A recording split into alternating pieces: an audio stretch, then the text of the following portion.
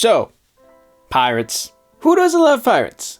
Like sailing across uncharted waters, hunting for treasure, and battling Spanish and English armadas. It's the ultimate childhood fantasy. And no franchise nails that fantasy better than Pirates of the Caribbean. To me, the original trilogy is one of the most underrated pieces of media of the 21st century, and yes, I will fight you on that. But while the franchise crushed at the box office, its track record with toys is a little bit more mixed. The first movies were merchandising machines, but the last two, clearance score. And no product line shows that rise and fall better than construction toys. Because over the past 20 years, the two biggest construction brands have released multiple products based on Pirates of the Caribbean with drastically different results. So, today on the channel, we're taking a deep dive into the forgotten world of Pirates of the Caribbean construction toys, analyzing and comparing both LEGO and Mega Bloks' attempts, objectively looking at the good, the bad, and the bricks.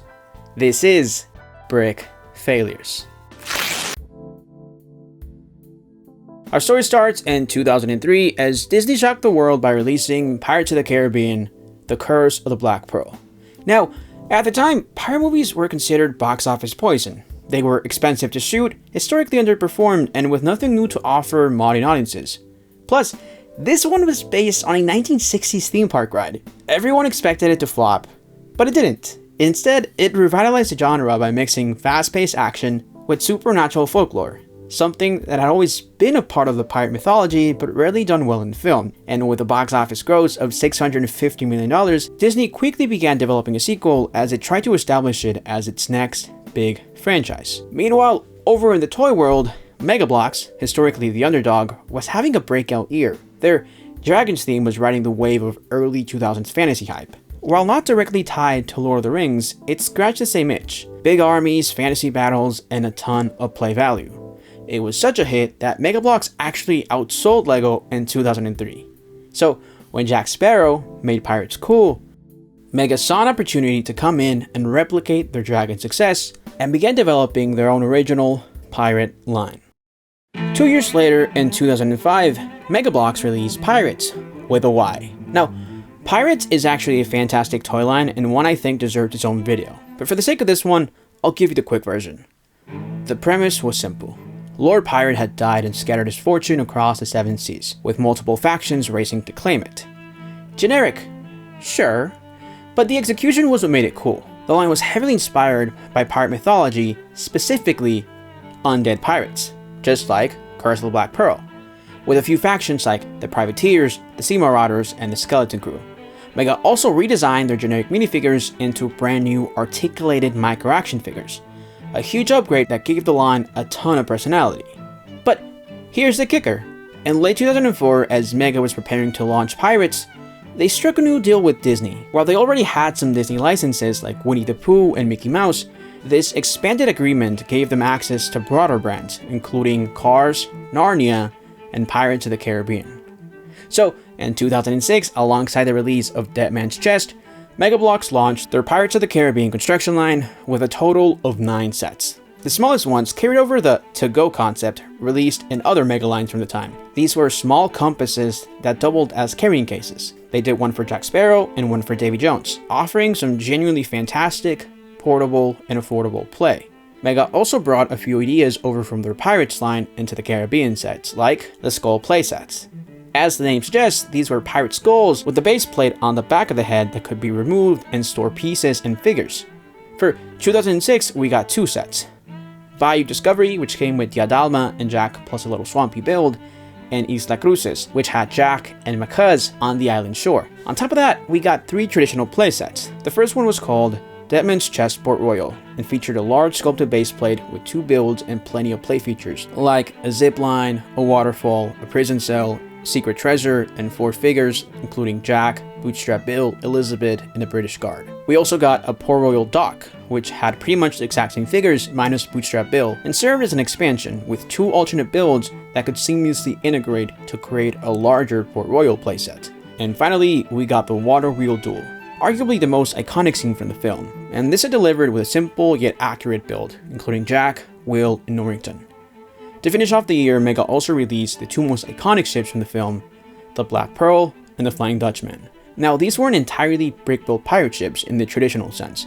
They use larger sculpted elements with studs and anti-studs that could be attached with plates. While I understand not everyone likes this approach, I'll argue it made the ships incredibly affordable and much easier to play with. Kids could toss them around, crash them into each other, and not worry about small pieces breaking off mid-battle. Now, arguably, the worst thing about this line were the face sculpts. Whichever way you put it, the character portraits are just awful. But I actually know why. You see, back in 2005 when Mega's team was developing these, they only used one CAD software to model everything: SolidWorks.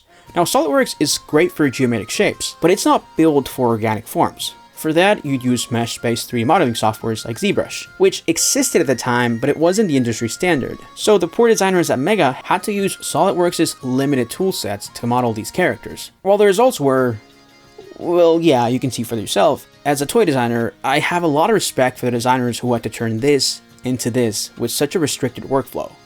Overall, 2006 was a great year for Pirates. The face sculpts were rough, sure, but a 6-year-old really didn't care about that, as Mega's offerings were diverse and filled with play features. For 2007, coming off the billion-dollar success of Dead Man's Chest, we got the conclusion to the trilogy with At World's End. And this time, Mega went even bigger, releasing a total of 20 sets throughout the year, though not all of them were entirely new. For the to-go line, we got 3 sets. The first was a reuse of Jack Sparrow's compass, but with a new build inside. Mega also brought over their pirate pouches from the other line, this time including Will Turner with a small Singapore build, and they also brought over their Looking Glass mold for Barbossa that could actually transform into a small boat. And if you got all 3 sets, you could actually combine them into a small Singapore dock. Mega also introduced character packs. These were simple 2-figure sets featuring both new and returning characters. We got one for Raggedy and Pentel, one for Xiao Fang and Tai Huang, and one for Davy Jones and Clanker. Mega also brought back the Skull playsets, releasing 2.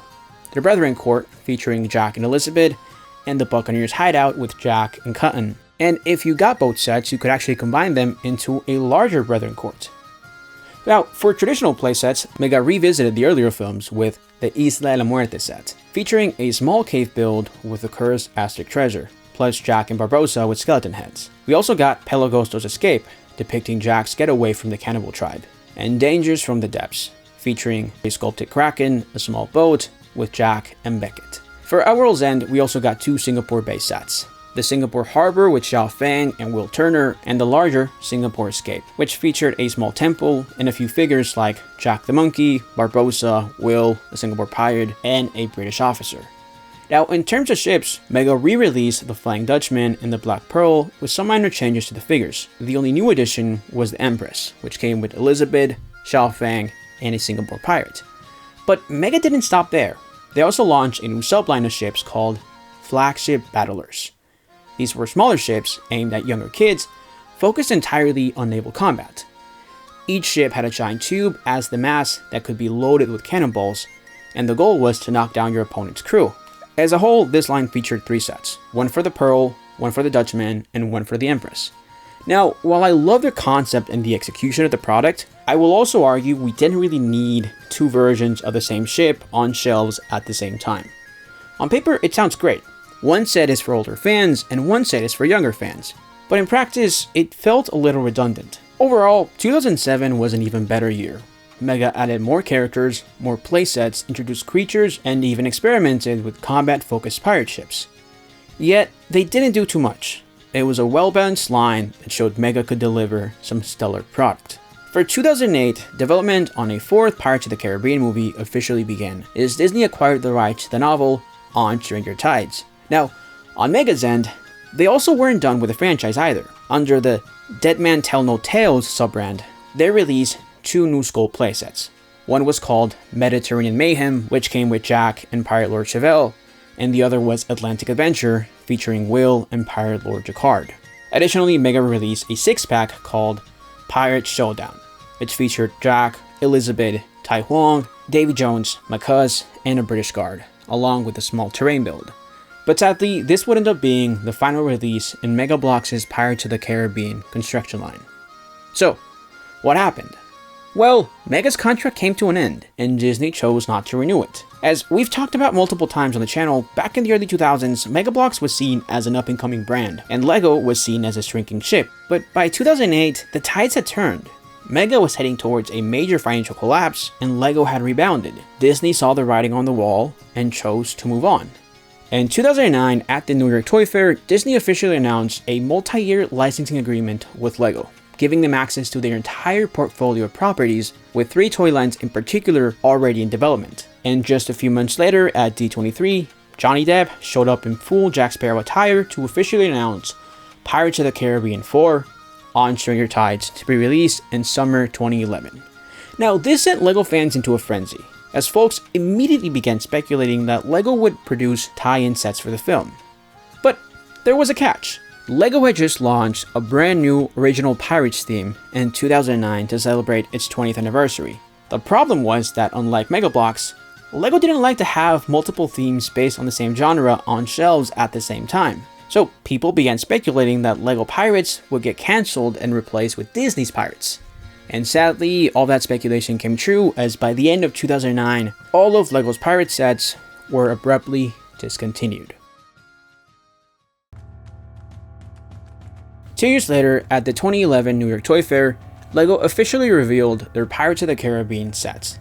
Now, LEGO's approach was pretty straightforward: to recreate iconic scenes from the original trilogy and introduce new playsets based on the 4th film. From Curse of the Black Pearl, we got Isla de la Muerte, featuring Jack, Elizabeth, Barbossa, and Skeleton Barbossa. From Dead Man's Chest, we got 2 more sets: Cannibal Escape, including Jack, Will, and 2 cannibals, and The Mill, based on the water wheel duel with Jack, Will, Norrington, and Hadris. Sadly, LEGO skipped Outworld's End entirely, likely viewing it as too dark or not toyetic enough. But with On Stranger Tides, the tone shifted. That film leaned more whimsical, and the LEGO sets reflected that. The smallest one was Captain's Cabin, with Jack and 2 zombie pirates.